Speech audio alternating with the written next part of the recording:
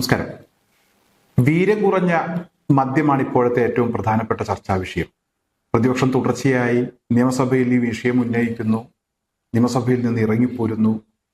V D Satheesan ഈ വീര്യം കുറഞ്ഞ മദ്യത്തിന് നികുതി കുറച്ചതുമായി ബന്ധപ്പെട്ട് എന്തൊക്കെയോ എവിടെ നിന്നൊക്കെയോ കൈപ്പറ്റി എന്നൊക്കെയുള്ള ആരോപണങ്ങൾ ഉയർന്നു വരുന്നു. എത്ര കിട്ടി എന്നൊക്കെ ഈ കഴിഞ്ഞ ദിവസം മുൻ എക്സൈസ് മന്ത്രി എം പി രാജേഷ് തന്നെ ചോദിച്ചിരുന്നു. അതിനൊക്കെയുള്ള മറുപടി സമയാസമയങ്ങളിൽ കിട്ടിക്കൊണ്ടിരിക്കുന്നുണ്ട്.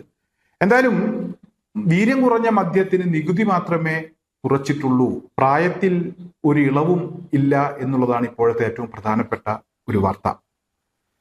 മദ്യത്തിന് വീര്യം കുറക്കുകയും അതുപോലെ തന്നെ നികുതി കുറച്ചതിന്റെ ഭാഗമായി വില കുറച്ചത് കിട്ടുകയും ഒക്കെ ചെയ്താൽ കുട്ടികൾ സോഫ്റ്റ് ഡ്രിങ്ക് ഒക്കെ വാങ്ങി കുടിക്കുന്നത് പോലെ ഇത് വാങ്ങി കുടിക്കാൻ തുടങ്ങും എന്നുള്ളൊരു ആശങ്കയാണ് കഴിഞ്ഞ ദിവസം പ്രതിപക്ഷം നിയമസഭയിൽ പങ്കുവച്ചത്.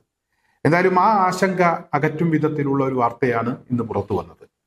അതായത് 23 വയസ്സ് കഴിയാതെ കുട്ടികൾക്ക് മദ്യം കൊടുക്കാൻ പാടില്ല. അത് വീര്യം കുറഞ്ഞാലും വീര്യം കൂടിയാലും നികുതി കുറച്ച മദ്യമാണെങ്കിലും എന്താണെങ്കിലും ശരി, 23 വയസ്സ് വരെ ബാറിൽ കയറാനോ മദ്യം വാങ്ങിക്കാനോ അല്ലെങ്കിൽ മദ്യം കിട്ടുന്ന മറ്റ് സ്ഥാപനങ്ങളിൽ നിന്ന് മദ്യം വാങ്ങാനോ ഒന്നും കഴിയില്ല.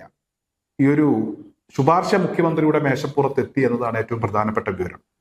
അതുപോലെ തന്നെ കഴിഞ്ഞ ദിവസം കെ ടി ജലീൽ പങ്കുവച്ച ഒരു ആശങ്കയുണ്ട്. വീര്യം കുറഞ്ഞ മദ്യം ഹലാലാണോ, ഹലാലാകുമോ, വീര്യം കുറഞ്ഞാൽ ഹലാലാകുമോ എന്നൊരു ചോദ്യമായിരുന്നു കെ ടി ജലീലിന്റെ ഭാഗത്ത് നിന്ന് അദ്ദേഹം ഉന്നയിച്ചത്.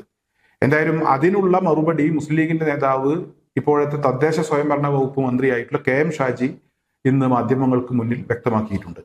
മുസ്ലിം ലീഗിനെ സംബന്ധിച്ചിടത്തോളം വീര്യം കുറഞ്ഞാലും വീര്യം കൂടിയാലും മദ്യം പാടില്ല എന്നുള്ളതാണ് നിലപാട്.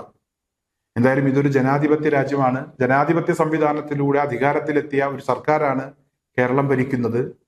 മുസ്ലിം ലീഗിന്റെ സീറ്റ് കൊണ്ട് മാത്രമല്ല കേരളത്തിൽ ഇപ്പോൾ ഭരണം നടക്കുന്നത്. 102 സീറ്റുമായി എത്തിയ ഐക്യ ജനാധിപത്യ മുന്നണിയാണ് കേരളം ഭരിക്കുന്നത്.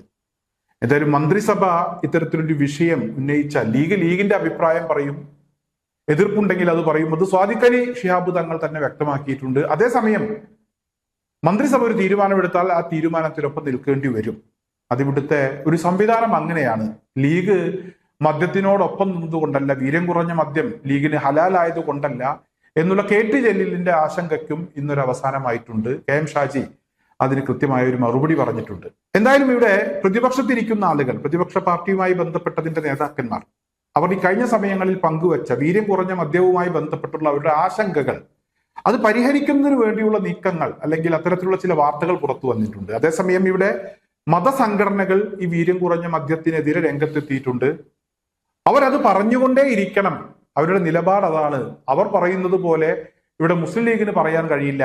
മതസംഘടനകളെ സംബന്ധിച്ചിടത്തോളം അവരവരുടെ അഭിപ്രായം പറഞ്ഞുകൊണ്ടേ ഇരിക്കണം എന്നുള്ള ഒരു കാര്യവും കെ എം ഷാജി വ്യക്തമാക്കിയിട്ടുണ്ട്. എന്തായാലും മൊത്തത്തിൽ ആശങ്കകൾക്ക് താൽക്കാലികമായ ഒരു മറുപടി, ഒരു പരിഹാരം കണ്ടെത്തിയ ദിവസമാണ് ഇന്ന് നമുക്ക് പറയേണ്ടി വരും.